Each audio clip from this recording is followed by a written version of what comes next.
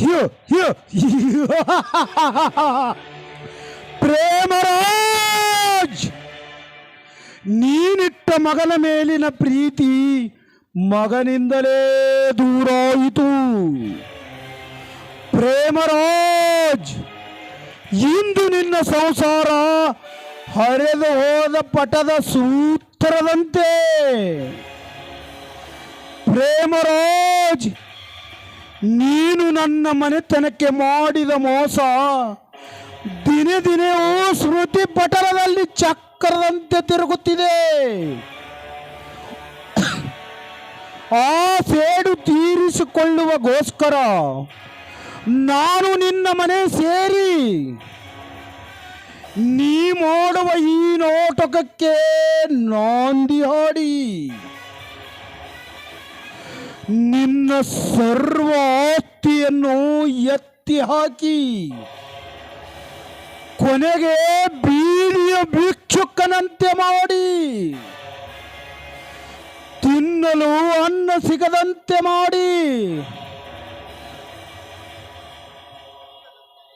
ನಿನಗೆ ಹುಚ್ಚರಂತೆ ತಿರುಗಾಡಲು ಹಚ್ಚಿ ನಿನ್ನನ್ನು ನನ್ನ ಹೆಸರು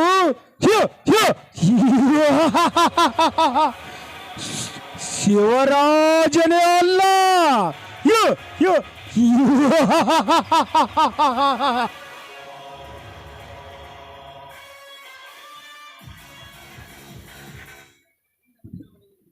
ಉಂಡ ಮನೆಗೆ ದ್ರೋಹ ಬಗೆಯುವ ಬಂಡ ನನ್ನ ಮಗನೇ, ನೀನಾಡಿರುವ ಮಾತುಗಳು ಮರಿಯಲ್ಲಿ ನಿಂತು ಕೇಳಿದೆ. ನೀನೆಷ್ಟು ಮೋಸಗಾರನೆಂದು. ಖರಿಯ, ನಿಮ್ಮಂಥವರು ಇರುವುದರಿಂದಲೇ ಇಂಥ ದುಷ್ಟರು ಮಾಡುವ ಒಂದೊಂದು ಕೆಟ್ಟ ಕೆಲಸ ಪೂರ್ತಿಯಾಗುತ್ತವೆ.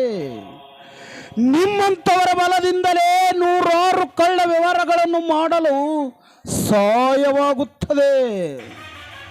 ಸ್ವಾತಂತ್ರ್ಯ ಸಿಕ್ಕು 76 ವರ್ಷ ಗತಿಸಿದರು.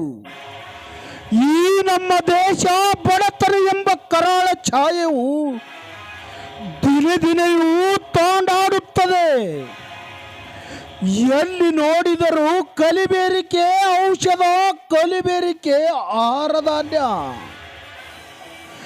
ಈ ನಮ್ಮ ದೇಶ ವಿನಾಶದ ಹಂಚಿನಲ್ಲಿ ಬಂದು ನಿಂತಿದೆ.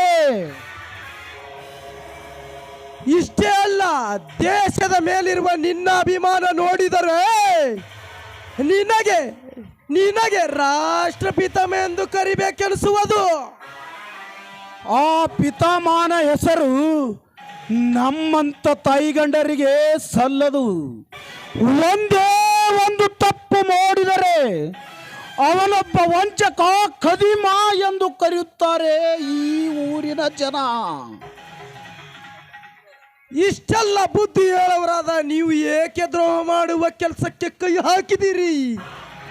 ಅಂದರೆ ಹೇಳುವುದೊಂದು ಮಾಡುವುದು ಮತ್ತೊಂದು. ಖರಿಯ, ಇಂಥ ಕೆಲಸಕ್ಕೆ ಕೈ ಹಾಕಲು ನೂರಾರು ಕಾರಣಗಳಿವೆ. ನನ್ನ ಕಾರಣ ಏನಂತ ಕೇಳ್ತೀಯಲ್ಲ? ಹೌದು. ಹಾಗಾದರೆ ಕೇಳು. ಖರಿಯ, ಈ ಕೆಲಸಕ್ಕೆ ಕೈ ಹಾಕಲು ನೂರಾರು ಕಾರಣಗಳಿವೆ. ನನ್ನ ಕಾರಣ ಏನಂತ ಕೇಳ್ತೀಯಲ್ಲ? ಹೌದು. ಹಾಗಾದರೆ ಹೇಳುತ್ತೀನಿ, ಕೇಳು. ಖರಿಯ, ನಾನು ಚಿಕ್ಕವನಿದ್ದಾಗ ನನ್ನ ತಂದೆ ಮತ್ತು ಪ್ರೇಮರಾಜ ಅರಳಿಯ ವ್ಯಾಪಾರ ಮಾಡುತ್ತಿದ್ದರು. ಅರಳಿಯನ್ನು ತುಂಬಿದ ಲಾರಿಯೊಂದಿಗೆ ನನ್ನ ತಂದೆಯನ್ನು ಕರೆದುಕೊಂಡು ಹೋಗಿ ನನ್ನ ತಂದೆಯ ಹೆಸರಿನಲ್ಲಿದ್ದ ಆಸ್ತಿ ತನ್ನ ಹೆಸರಿಗೆ ಬರೆದುಕೊಂಡು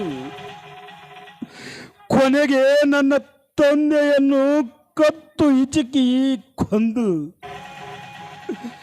ನನ್ನ ತಾಯಿ ಹತ್ತಿರ ಬಂದು ನಿನ್ನ ಗಂಡ ಆಕ್ಸಿಡೆಂಟ್ನಲ್ಲಿ ಸತ್ತು ಹೋದಂತ ಹೇಳಿದ. ನನ್ನ ತಾಯಿ ನನ್ನ ತಂದೆಯ ಮರಣದ ವಾರ್ತೆಗಳನ್ನು ಕೇಳಿ ಆ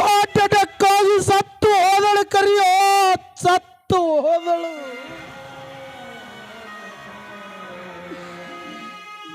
ಈ ವಿಷಯ ನನ್ನ ತಾಯಿಯ ಸಂಬಂಧಿಗರು ಬಂದು ನನ್ನನ್ನು ಕರೆದುಕೊಂಡು ತಮ್ಮೂರಿಗೆ ಒಯ್ದರು ಕರಿಯ, ಒಯ್ದರು.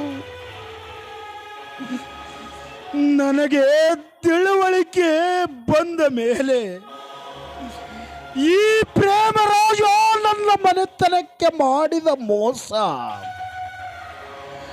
ಮತ್ತು ನನ್ನ ತಂದೆ ತಾಯಿಯ ಸಾವಿಗೆ ಕಾರಣದ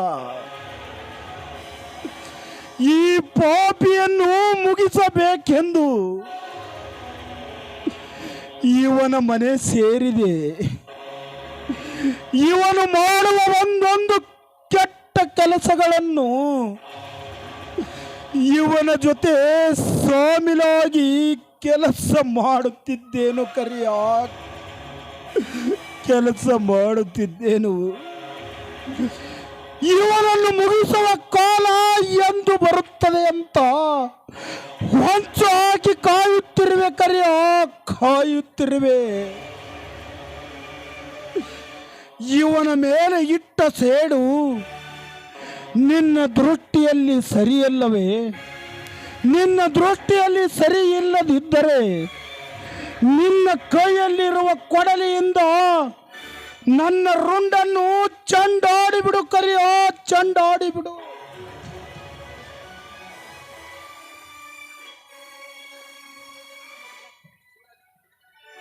ಶಿವರಾಜ್ ಸಿಟ್ಟಿನ ಆವೇಶದಲ್ಲಿ ಮಾತನಾಡದೆಲ್ಲ ಮಾತನಾಡೇ ಬಿಟ್ಟೆ. ಶಿವರಾಜ್, ದಯವಿಟ್ಟು ನನ್ನನ್ನು ಕ್ಷಮಿಸಿಬಿಡು. ಶಿವರಾಜ್, ಕ್ಷಮಿಸಿಬಿಡು. ಶಿವರಾಜ್, ನೀನು ಯಾವಾಗ ಸೇರಿ ಇಟ್ಟು ಇವನ ಮನೆ ಸೇರಿದೆಯೋ, ನಾನು ಒಂದು ಕಾರಣ ಇಟ್ಟೆ ಇವನ ಮನೆ ಸೇರಿದೆ. ನಾನೊಬ್ಬ ವಿದ್ಯಾವಂತ, ಬುದ್ಧಿವಂತ, ದೇಶಭಕ್ತವೂ ಕೂಡ. ದೇಶ ಸೇವೆ ಮಾಡುವುದನ್ನು ಬಿಟ್ಟು ಇಂಥ ಹಲ್ಕ ಜನರ ಸವಾಸ ಮಾಡಿಬಿಟ್ಟ. ಶಿವರಾಜ್,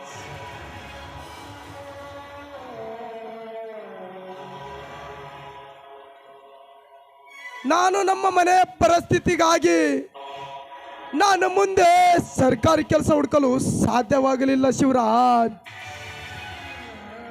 ನನ್ನ ಕುರುಡ ತಂಗಿಯ ಜೋಪಾನ ಮಾಡಲು ಈ ಪ್ರೇಮರಾಜನ ಸ್ನೇಹಿತನ ಮೀಲಿನಲ್ಲಿ ಮೀಲ್ಮ್ಯಾರನಂತ ಕೆಲಸಕ್ಕೆ ಸೇರಿಕೊಂಡೆ.